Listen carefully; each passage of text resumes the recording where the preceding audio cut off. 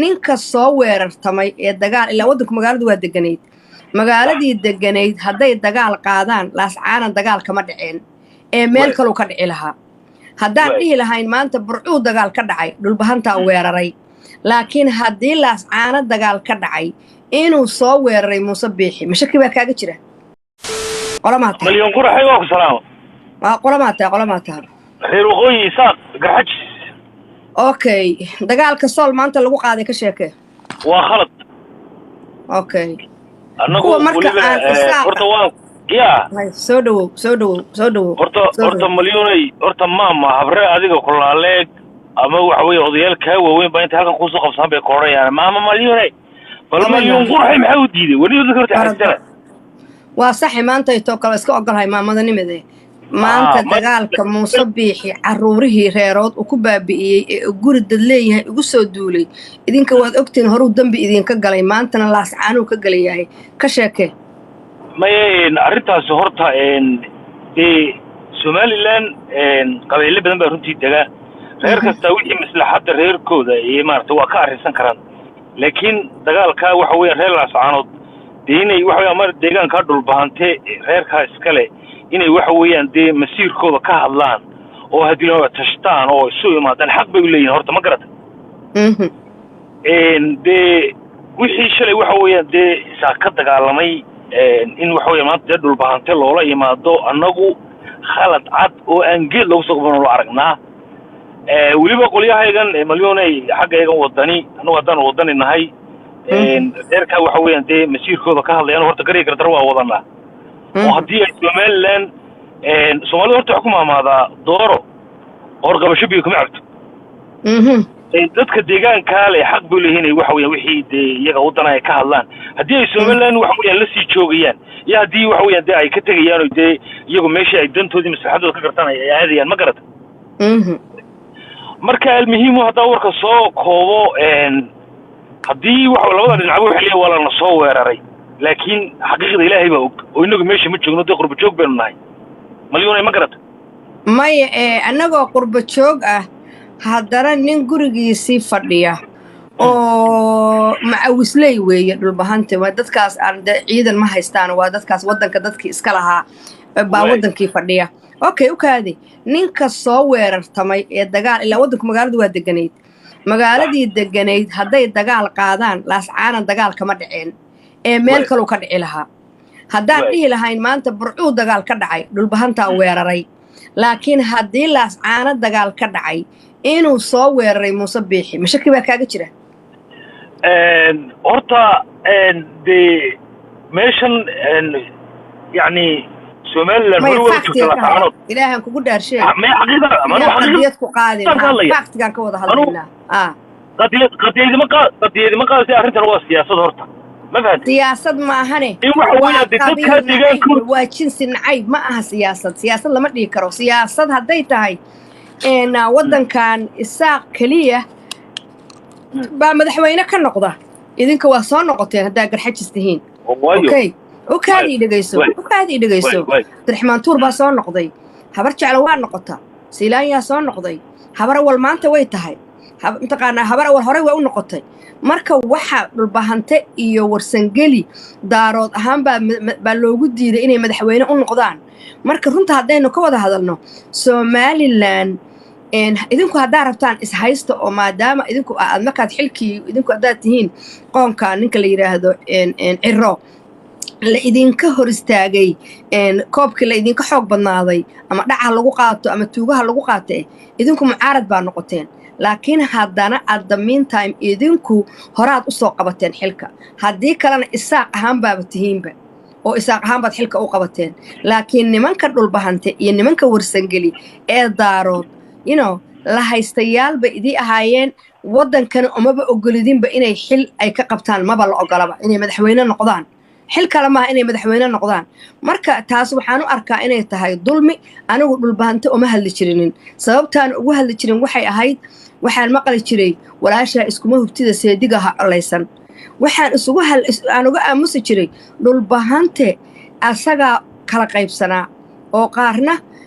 SSC ahaayeen ama Puntland la socdeen qaarna Somaliland la socdeen marka maadaama adiga dantaadii lagu kala fogeeyay oo adigu aad gool aad noqon weyday qof maanteeto isku duuban dhulbahanta waa qabiil gaan ah waa qabiil xoog badan waa qabiil dagaal badan waa qabiil wax iska celin kara qabiil maanteeto isaaq lagu dayin karana ma ahan oo waa qabiil reer ka dhashay oo nimankaas daarood buu ka dhasha oo maanta nin madiya ma ahan sida godobiirsay oo kale maarad ninka la yiraahdo dhulbahanta ama isaaq ama warsangeli madi ma ahan waa niman walaalahood geesaha ka taagan yihiin laakiin walaalkood ayagay isku aamini waayeen waxay leeyihiin kan ka soo jeeda Somaliland baa wax qasaayay marka maadaama maanta dagaalkaanu dhacay anu waxaan rumay arkay oo isimadoodina hadleen inay maanta dhulbahanta tahay yaa maali jiray oo mood iyo noolba inay daarood Ismaaciil ama qofkii Soomaalinimo ku jirto ama qofkii xataa isaaq oo bini'aadanimo garanaya in la ag dhigo soolna la soo saaro oo ay noqoto mataqaana iyo sanaag iyo cayn inay noqdaan meel oo ma aragtay dawlad goboleed loo dhigo oo dawlad goboleed ayaguna ay yeeshaan intaas anu ku oran lahaa ku soco horta malyoonay arrimo badan baad ka hadashay arrintan horta waxaan ku sheegay madaxweynihii ugu muddada dheer Somaliland ma taqaana malyoonay daahir riyaal kayn boo intuu haystay ninka taqma haystan Somaliland daahir riyaal kayn godobiirsay buu ahaa la haysto ahaa idinka waxaad tirahdaan ma ahan nin xor ma ahayn marka faktiga ka hadalno xor ma ahayn ninkii hal cod iyo doorasho keenay soo isaga mooyn in riyaal baa ku riyaal in riyaal ma doorasho ku yimi okay waa garana okay in daahir riyaal kayn godobiirsay buu ahaa Soomaa hadda Samaroon ninka bursiga Samaroona laakiin waa ninkii ka bilaabay waa ninkii axsaab saddex isbaqran furay waa ninkii cod doorasho geeyay muxuu ahaa daahir riyaal kayn arrintaasi wax weyn maanta inooma taalo arrinta la saarod maanta ka taagan aniga fikirkayga malyoonay in reerka loo daayay ahayd inay ka tashadaan halkii ay wax weeyaan iyagu dantooda ay wax weeyaan uga muuqato laakiin malyoonta su'aalan ku weydiiyay dagaalka saaka wax weeyaan xagga Puntland ka bilaabmay maxaa kulmiyay dagaalka la saarod iyo ka Puntland maanta garow ka dhacay Puntland dagaalka Puntland hadda meeshan kagama hadlaayo sababta waxa weeye anigu qaanadan maanta dagaalka dhulbaantaan u soo furto dagaalka Puntland qaanad u soo furto aniga ma jarahayga hayga leexin majarahay aniga dagaalka Puntland meeshan uma soo furanin aniga waxaan u soo furtay dagaalka Laascaano weerarka lagu soo qaaday oo ma soo jeedo kuwa Puntland I don't know siyaasad way taas dad la gumaysto Puntland ma degana dadka meesha ka hadlaayana waa niman ma jeerteena kuwa kale meesha haystaan waa niman ma jeerteena marka dadka aruurtoodii iyo maatadoodii madaafiicda lala dhacayo kuwaasaan ka hadlaya anigu sababta kaliftay iyo khasaaraha ka soo gaaray soo qabsada dadka dhulbahante aragtidiina gabadhaan isaaqow soo ordaysa maxaa la dhahaa taashi naya ma inaan ku balooga rabtaa hoy ha soo qabsan meeshayda ma soo qabsanaysid qofkii daarood ah ama qofkii oo waliba dhulbahanta ah baan anigu meeshan maanta u soo dhaweynay yes maliyeenay soo raqaynay ma arkina oo ku soconaya 1 minute si oo soco ana nasay waa ku salaameen adeerko ka qaado laba inankii hadda inaad turto ma ahayn jawaabihiisa ka koobanaan siin lahayn ma fahamtay wiilka waa nin aniguna qof dumaraan ahay ima yaqaan qofka aan ahay runta markaan kuu sheego dumarka waxaa laga dhigtaa isteeni ninkaani meesha jiirki naheedha qaylada naga daamidda meesha saarno qaylina ayaa mud wada gala kulligeen oo dhan gabadha hadlaysa maan intiina kala mud gala dagaalta dukaa qata hal mar ay la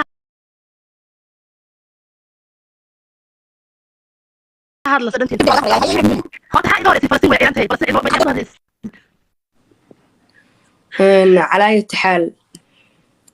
فلسطين ووضع عيلان تهاي سيوضع دجيجين حداد مقعد تصبح دين ديرو دنبف أنا أقول له ما يلي كسو تشيدا أن لاقون هل كان وقت كاغا مايو كو أنا وحان وقتي أقلهاي وريارة هرطوري وحان أنا وقتي أقلهاي دادك دالك إسكالي ماشان وحا كهالي كره dhulbahante waxaa kaloo ka hadli kara qofkii soomaalinimo wado, waxaa ka hadli kara qofkii daarooda oo aragtidiisa dhiibanaya ama dadka deegaankaas wax ka dega. xataa fiqishini waa ka hadli kartaa halkan, waa u bannaan tahay because deegaankii wax ka degaan. laakiin dir iyo doofaar baan ahay iyo dameer dhaga jaran baan ahay iyo yaa ku weydiiyey? cid ku weydiisay ma lahan. don't waste your time. aniga dir kuma weydiisanin. orada waxaad aadaa wiilka dirta madaxweynaha direed ah oo halkaa fadhiya oo runta ka hadlaaya oo daacadda ah oo gadabiirsayga ah oo haddana faktiga sheegaya. orada halkaas aad haddaad dir oo tahay daba madowdahay, wiilashaadii meydkoodii baa yaalla laascaano, sidaa usoo qaadan lahaydna ma taqaanid. nin gardarani ma guulaysto. hadaad ciise tahay laascaanaa meydkaagu yaallaa, haddaad godabiirsa tahay laascaanaa meydkaagu yaaya, haddaa isaaq tahay laascaanaa meydkaagu yaallaa. maxaa meydkaaga laascaano geeyey? waa question mark, waa su'aal. ka jawaab. hadda adoon ka jawaabi karinin anigoo dir banaag ku qaadatay tiktok ku baratay, tuubarac ku baratay. aniga queen amos baa lay dhahaa. naagahan xunkaaye raggii guursadayba baaradoodii ay la yaaban yihiin. naaya aniga baaradiina hayla soo doonanina. meeshaan waxaa iska leh SSC nimanka dhulbahanta la yidhaahdo. waxaa soo geli kara daaroodoo dhan,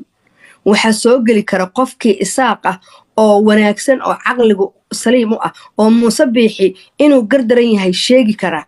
waxaa soo geli kara qof kasta oo maaragtay qofkii caqli u saaxiiboo soomaali ah soo geli kara. laakiin naag xun oo idab daran oo dhaqshaqajaannimo u socoto raggana kasoo baqaysa, naagahana kor kasoo fuulaysa. naamii naagaha fuulaysid. wiilkii la tuurayna oo garxajisna anigu xumaan uma tuurinin. waxa weeye qofka markaad adigu gool leedahay, gool markaad leedahay, qofka goolkaaga jecel inuu kaa khaldo miinis dan buu leeyahay. dantiisa waa ku fahmay aniga, marka waa tuura oo ma quuracay inaan wax dhaha ma rabo, laakiin meeshayda anaa iskale.